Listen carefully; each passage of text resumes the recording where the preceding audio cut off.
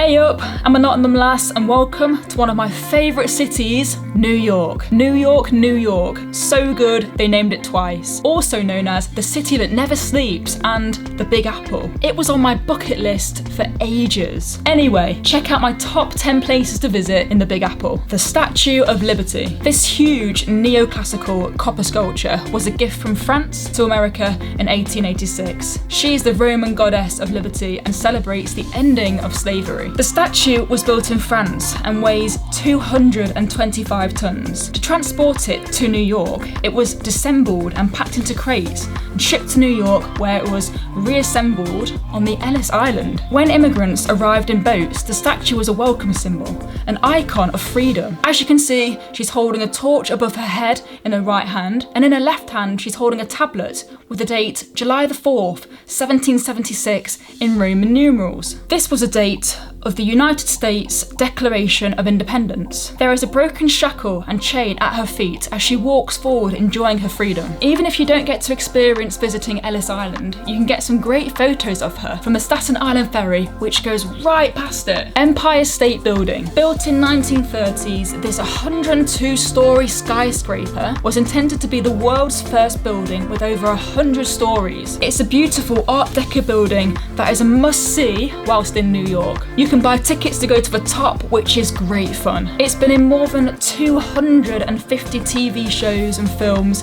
since it was first used for King Kong back in 1933. Its shape is symmetrical with geometric designs, and the stories are set back the further up the building you go. This setback design was to allow sunlight to reach the streets below. It only took 13 and a half months to build, and it has Indiana limestone panels, which gives it its iconic blonde colour, and it has a whopping 6,514 windows.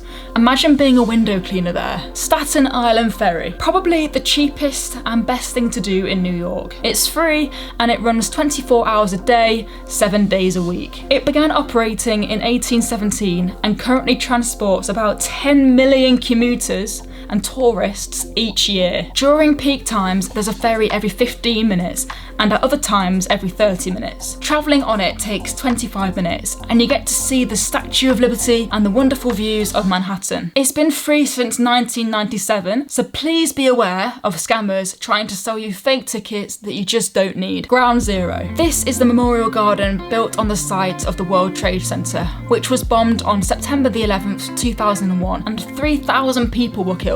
In the footprints of the original towers, massive square waterfalls have been built into the ground. The names of all the victims have been inscribed on bronze panels around each waterfall. 400 North American swamp white oak trees have been planted in the memorial garden. And look out for a special tree called the Survivor Tree. It's called the Survivor Tree because it survived after it was burned and broken after the terrorist attack. It's a calorie pear tree. Please be sure to go and hit that subscribe button. It all helps and I appreciate it so much. One World Trade Center. Built to replace the bombed Twin Towers, the One World Trade Center, also called Freedom Tower, is 1,776 feet high. Its height in feet refers to the year when the United States Declaration of Independence was signed. It's the tallest building in the Western Hemisphere and it was opened in 2014. It's an iconic glass tower that shimmers in the sunshine and tapers at the top with its 8 triangles chamfered back, creating a prismatic form. Light refracts on it like a kaleidoscope, changing throughout the day. There's a beacon on the top which sends out a horizontal light beam that can be seen for miles around. You can go to the observatory near the top and tickets start at about $32, and of course there's a restaurant too for a once-in-a-lifetime dining experience. Brooklyn Bridge. Whilst enjoying your trip to New York, take a walk across the iconic Brooklyn Bridge. This famous bridge was the longest steel cable suspension bridge in the world when it first opened in 1883, and it links Manhattan to Brooklyn. It's 1.3 miles long, so allow yourself an hour to walk slowly each way, taking in the views of the Manhattan skyline and the East River. However, it does get so very busy, so try and keep calm and collected. During its construction, there were many tragic events. Sadly, the architect John Roebling died while surveying the land for the bridge. 20 workers were killed and many more suffered from decompression sickness, including Roebling's son, Washington, who took over the project after his father was killed. The first person to walk across the bridge when it opened was Washington's wife, Emily, who was the project manager. See if you can see the plaque dedicated to her on Brooklyn Tower. The bridge has 2 towers made from limestone, granite and concrete, and each tower has 2 Gothic arches that look like cathedral windows. Interestingly, during cold weather, the bridge's cables contract, and this can make the bridge rise up by 3 inches. 5th Avenue. Wander down the most expensive shopping streets in the world. It runs all the way from Washington Square Park in Greenwich Village North to West 143rd Street in Harlem. It's 10 kilometers long. All the famous shops are here. There's Chanel, Tiffany, Louis Vuitton, Gucci, Prada and Saks. And you'll pass by the wonderful Art Deco Rockefeller Center, where you can ice skate outdoors in winter. The Empire State Building, which you can take an elevator to the top, and of course the massive Apple Store, a glass cube structure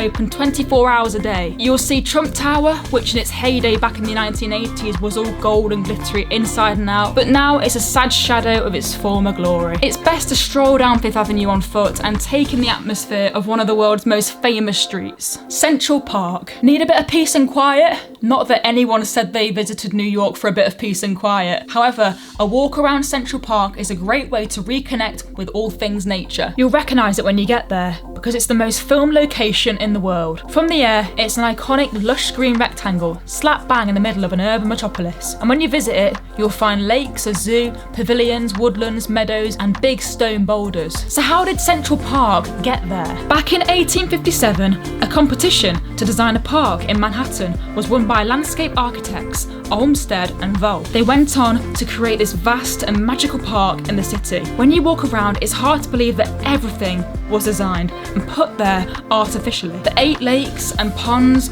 woodlands, meadows and grassland to relax and wander around. If you get tired of walking, jump onto a horse-drawn carriage. We did exactly that, and our driver, Pietra, was charming and knowledgeable as he and his horse and carriage whisked us back to the main entrance. Of course, you can hire bikes too. St. Patrick's Old Cathedral. Escape the noise and bustle of New York and spend an hour in St. Patrick's Old Cathedral. It's a Gothic Revival Catholic parish church built between 1909 and 1815. Designed by Joseph Francois Mangian. You can find it on Mulberry Street, Manhattan, in the heart of Chinatown and Little Italy. Inside, you'll see 16 arched stained glass windows, 8 on the south wall and 8 on the north wall. Each one is divided into 3 sections and topped with elegant Gothic tracery. The Mulberry Street entrance has a pointed stained glass window with 4 niches around it. Underneath the church are catacombs, which contain 35 family crypts and 5 clerical vaults. You can take an enchanting candlelit tour along underground tunnels and learn all the secrets of its wonderful history. You can explore areas that are off limits to the public, such as the Henry Urban Organ, built in 1868 and originally operated without electricity. It has just been restored at a cost of $15 million. After your visit, you're in just the right place to have dinner in Chinatown or Little Italy. Have a wander through Chinatown's busy sidewalks packed with market stalls selling everything from fresh food to bubble tea. And just around the corner from Chinatown, you'll find Little Italy. You'll be spoiled for choice. Times Square. It's probably one of the busiest places in the world, with about 460,000 people visiting it every day. Stare at the brightly lit billboards and illuminated advertisements towering above you and experience sensory overload. Coca-Cola, M&M's World, MTV, Planet Hollywood, Hard Rock Cafe, Forever 21, Disney Store, I could go on and on. And it's not for nothing that it's referred to as the centre of the universe. But until 1904, it was known as Longacre Square, after Longacre in London. It was renamed Times Square when the New York Times set up their offices there, in the then shiny new Times building. If you're lucky enough to visit on New Year's Eve, don't miss the New Year's Eve ball drop, which began on the 31st of December 1907. Get there early, as it'll be very, very busy, with 1 million people gathered to bring in the new year. After World War I, Times Square became a popular theatre district and upmarket neighbourhood. But this was short-lived, because in the 1930s, during the Great Depression, Depression, residents moved away to cheaper neighbourhoods, and the once-loved theatres closed down, only to be replaced with brothels and rough saloon bars. It became a dangerous place for about 50 years, but in the 1980s, the government encouraged lots of new buildings and persuaded developers to put brightly lit signage on buildings so the place would not be so dark at night. In 1992, the mayor of New York, Rudolph Giuliani, had a vision for a safe Times Square and introduced a zero-tolerance policy on crime. He got rid of the beggars and the homeless, along with all the dodgy cinemas, bars and shops. Security was increased and tourism was promoted. It was an amazing success story, and now Times Square is one of the world's must-see attractions. And I bet you didn't know that Times Square is not geometrically square-shaped. It's shaped like a bow tie, you know, two triangles next to each other, with the southernmost triangle officially known as Times Square and the northern triangle officially called Duffy Square. And that's that. There are my 10 top places to visit in New York. What are yours? Comment below. And if you have any other recommendations, please let me know. Make sure to go and hit that subscribe button and share this video to someone who wants to go and visit the wonderful New York.